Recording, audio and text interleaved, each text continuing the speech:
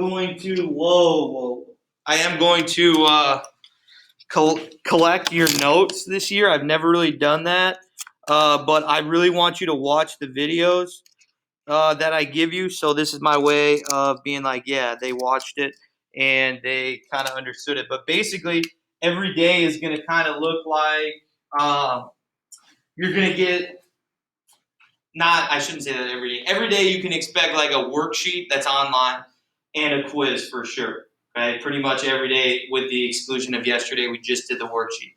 So like today, you've got some notes, then we've got a quiz. It's an open note, open book quiz. Like I don't expect you, because I'm not going to monitor everyone at home, so I'm not going to make you guys not do an open book, but let them do whatever. It is time, but it's like 12 minutes for, or 10 minutes for 5 questions. So it's really not hard.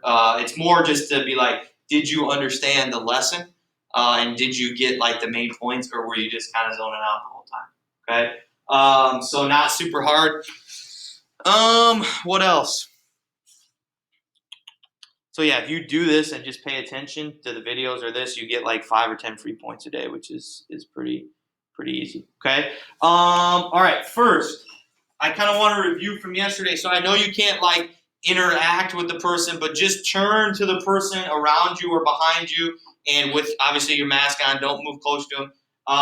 See if you can name all of the 6 themes of world history, so you can fill out what each letter of Persia stands for. Go ahead and do that. It should only take like 2 minutes.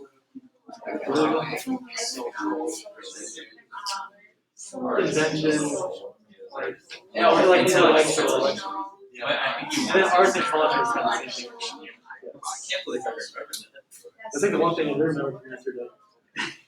All right, who's got one for me of those 6 letters right there? Who's got one? Arts. What? Arts. Arts. Economic. Economic. Another one. Grace. Political. Political. Dalton. Religion. 2 more. Social. Social. And the last one?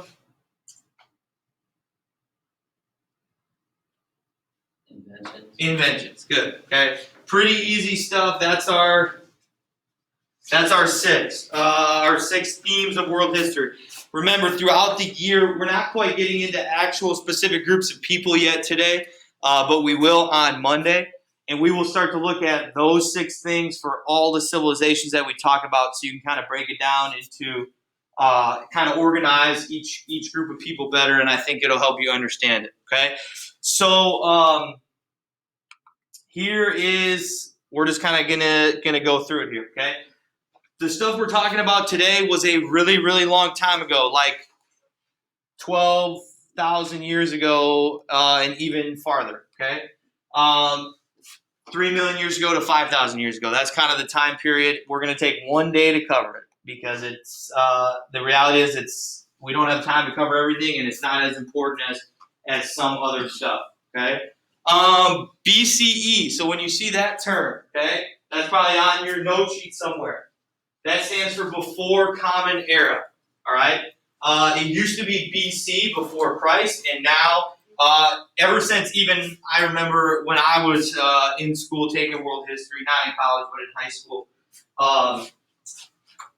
it was referred to as BCE. That was kind of right when they were rolling that out. But that's before Common Era, meaning anything that happened before the year 0. Okay, and then Common Era CE is after that. Okay, so for this whole first trimester, we will basically always use BCE and CE, right? Eventually we'll get to like second trimester, we'll get to like the Middle Ages, and you don't have to include CE anymore. You just assume that it's after that, okay? And remember, BCE is weird because it counts towards 0. So like we could see 250 to 221 BCE, and everyone's like, well, that's backwards. But no, you're counting towards 0 when you're counting BCE and CE. Okay. Okay. We already talked about that. Here's your basic vocab. If it's not on your note sheet, you don't have to write it down. I'm just going to mention it. Prehistory is what we refer to as the time before writing. A civilization, okay, that's big. Civilization is big in this class. It's a group of people that live in the same area with similar cultures and beliefs. And the biggest thing is it can produce more food than it has people, meaning it is entirely self-sufficient on its own. It is entirely self-sufficient on its own.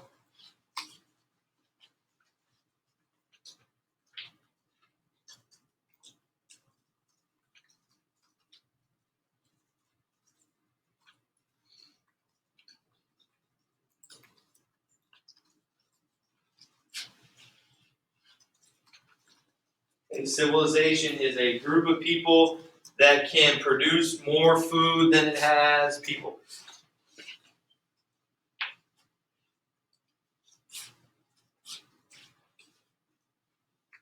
So we'll generally refer to ancient groups as civilizations because they can do that. Okay. Permanent settlement, the only difference between that and a civilization is the fact that it requires a form of government, and really these two terms are kind of interchangeable right here because a civilization will always have a form of government. Okay, there will always be some sort of structure that has some person at the top, some person at the bottom, or some people that are the followers and they do stuff, and there's some people that will be the heads of the civilization.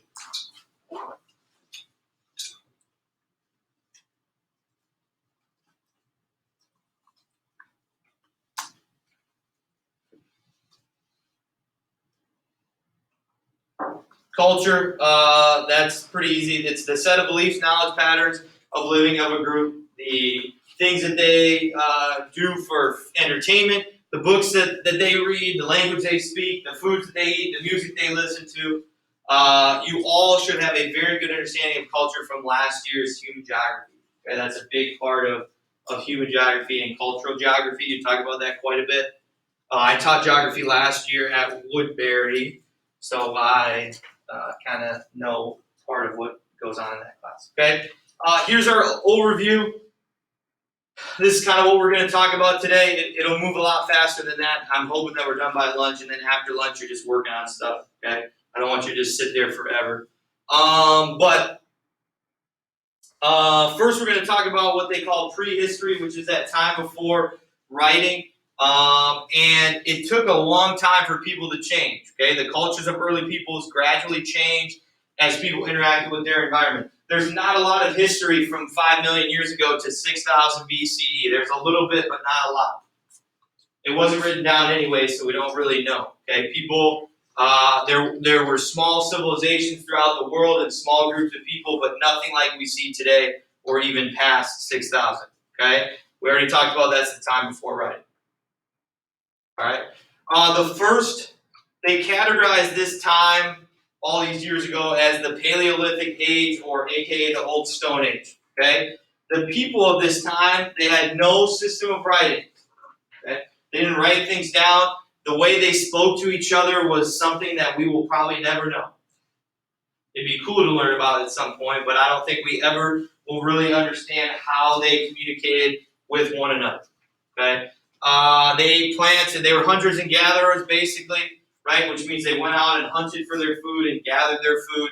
A lot of times they lived in caves. That was their structure so that they had a safe place to be at. They migrated all around. Okay, when you're a hunter and gatherer, we'll talk about this in a couple minutes, but if you were to hunt and gather in Woodbury, eventually you're going to run out of things to eat and like plants to eat and animals to eat. So you're going to have to move somewhere else or die. And I think it's a better choice to move somewhere else. Okay? Why did people migrate? I think this is one of your learning target things there. Am I wrong? It's not there? Okay. We'll move through it fast then. Basically, people migrated, A, in search of food, which we just talked about, and B, the Ice Age melted the earth, right? It was really cold. Who's seen the movie Ice Age, like the animated movie? Okay. that movie is not very historically accurate, but the overall premise of the movie is, right? Like the glaciers melted, and as they melted, all this land was exposed, and people could then travel over it. So they decided to be like, hey, what's this cool stuff that we've never been to before? Let's go migrate there. Okay, so they did that. Migration is groups of people move together, and new societies begin to form, and we get a shift in the time period. That should say age here, where these people are covering. But as people migrated, they formed new societies, right? If I'm migrating and you guys are migrating, and we form together, and we're like, hey, you're cool, I'm cool, let's form a little group together. And then new societies form, and we shift to this new age of people. Okay, this is kind of the migration pattern. You can see the land bridges land bridges is just like how you can get from like over the sea via land. Basically, it's not like a physical bridge that we think of now, like when you drive over to Hudson or whatever. Okay, we're gonna skip that for now because I want to get moving and give you time to work. Okay. But we're in the Neolithic age, and the first people settle right in here. Okay, this is what's called Mesopotamia. Meso means middle. It's kind of the middle of the earth right here. Okay, and they settle here because these are the civilizations we're going to talk about, Egypt and Mesopotamia, on Monday. Okay, but we're just going to talk about why they settled here. They settled here, okay, because of these two rivers. Well, these two, and then this third one here. Okay? Why here? Okay, rivers, because rivers are extremely important to ancient civilizations. They serve as a water source for the people that are there. Number one. They use the river for transportation. Okay? No, they didn't have boats, but you can make little rafts out of wood and different things, and they could do that at this time. And you could transport it up and down the river. Okay? And the more you transport it to other places, the more money that you made because you were selling it to them or trading it to them for other resources. I think every ancient civilization settled around a river. Like the first 5 that we look at over the next week and a half or 2 weeks, that will be a big theme. They all settled around a river because they had to. Okay? They had to. They needed it as a water source for farming. They did drink the water out of the river, and they used it for transportation. Okay, it's great for agriculture because obviously crops need water.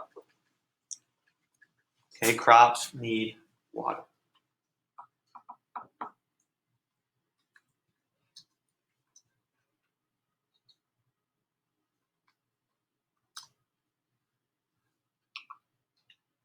Okay, this is where you probably have to jump back up to near the top because I went a little bit out of order, which I apologize about. What makes a civilization? Okay, these are the things that are needed. We kind of defined a civilization. Here is what actually makes a civilization. All right, a civilization has a political and social structure. All right, it's not a civilization because we don't produce enough food for our people. We're not producing our own food, but the Eastridge High School has its own political structure. It's not politics in the sense that we know in the United States, but there's a head of the school being the principal. There's people underneath the principal, assistant principals that carry out what he views. Teachers are here to carry out that as well and to do their job of teaching, and you guys are here to soak that up, right? There is a structure of order here, just like there is in every civilization. Even back with the people that we looked at in that picture from a couple slides ago, they look to someone to be a leader. No matter where you go in your family, whatever it may be, you look to someone to be the leader because every group of people needs someone leading them and pointing them in the right direction. Okay? A civilization has a complex economy. Okay? Meaning there's multiple jobs that one can do. in a non-complex economy, everyone would be a McDonald's worker or everyone would be a farmer.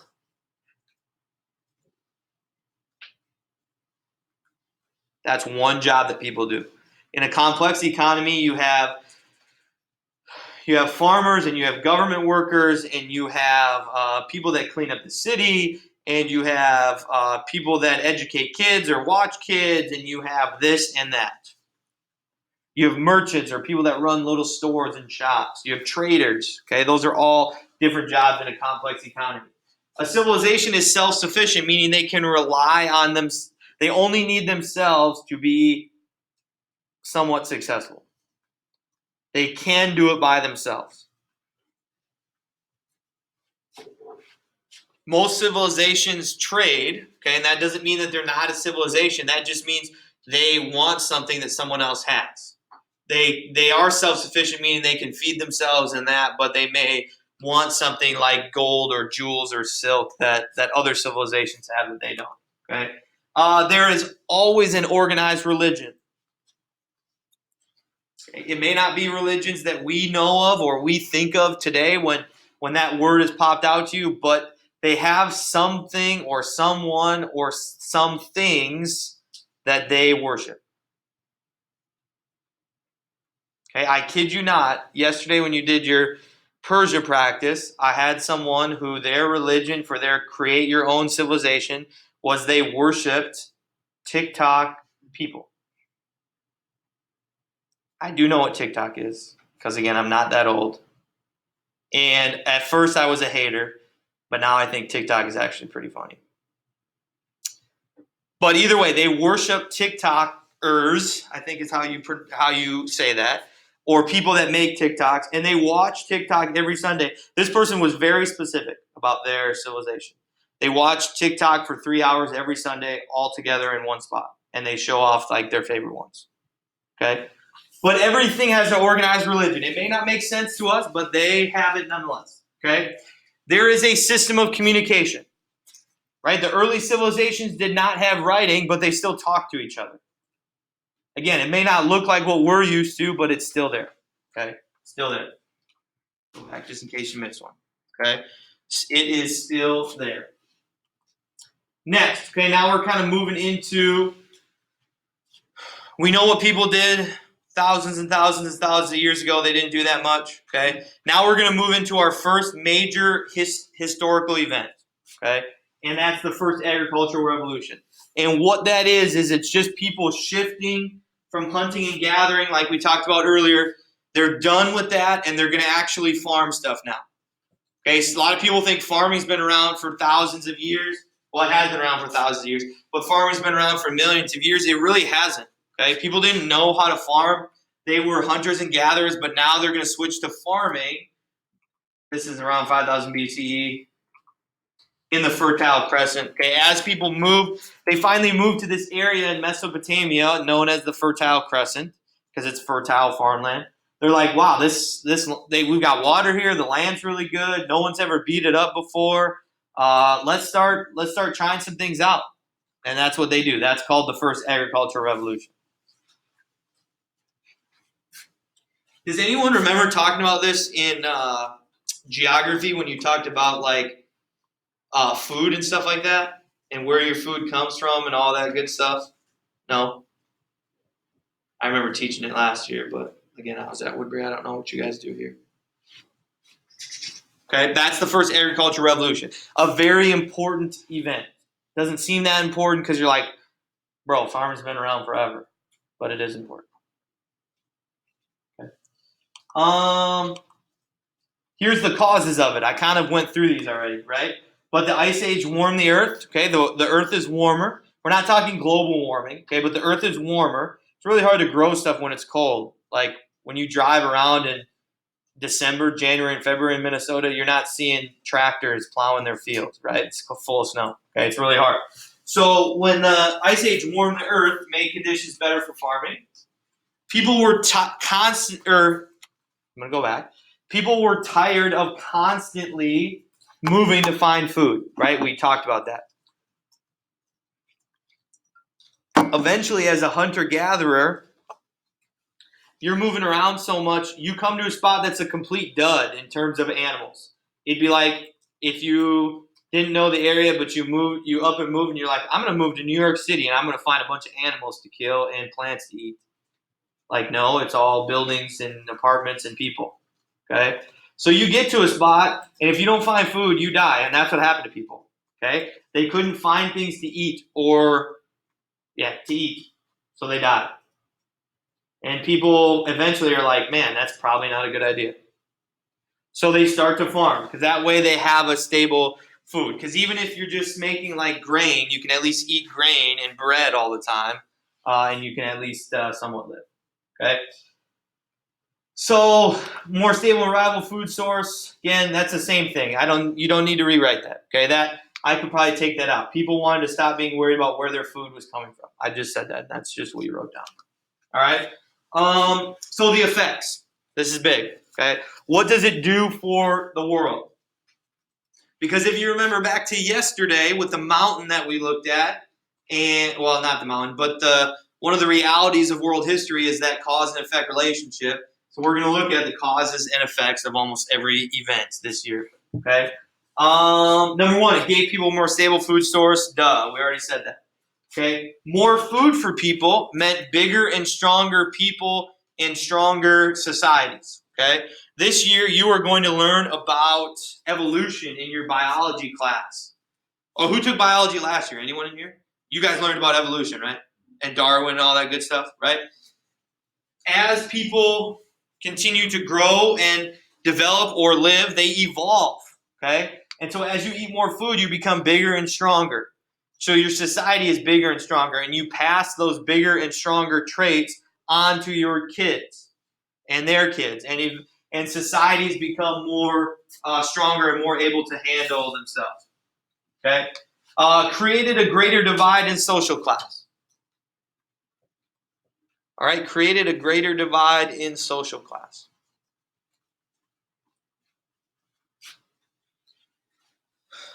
Because now that we have farming,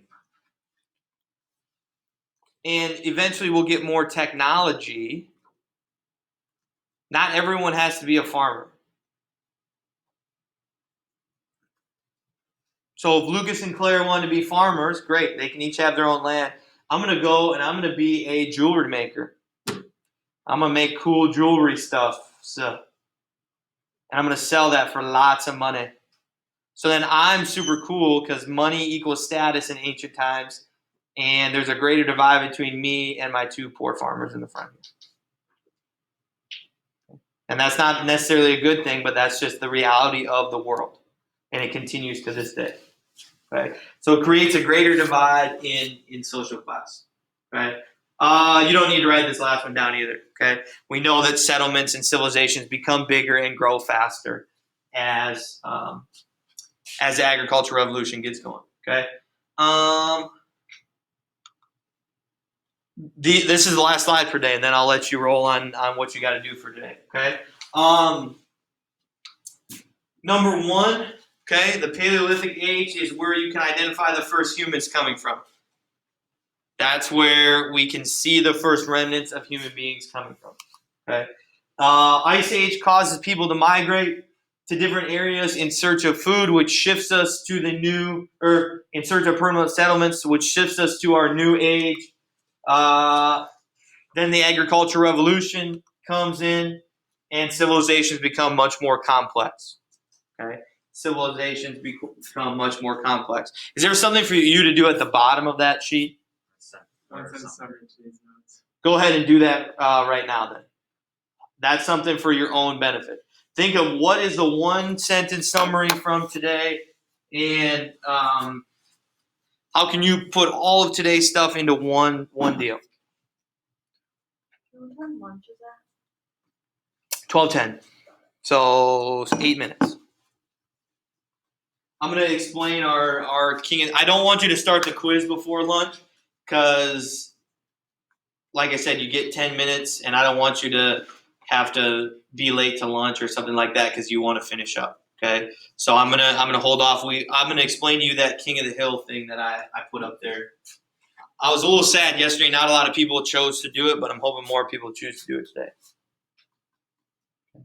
I know I went really fast with that, so I'm sorry for that. But it's really, you just need to know the civilizations and the first agricultural revolution, right? What it takes to become a civilization, and the fact that the agricultural revolution shifted the world. Okay, doesn't seem like a big event, is a huge event. Huge event. Changes the way people look at the world. Okay.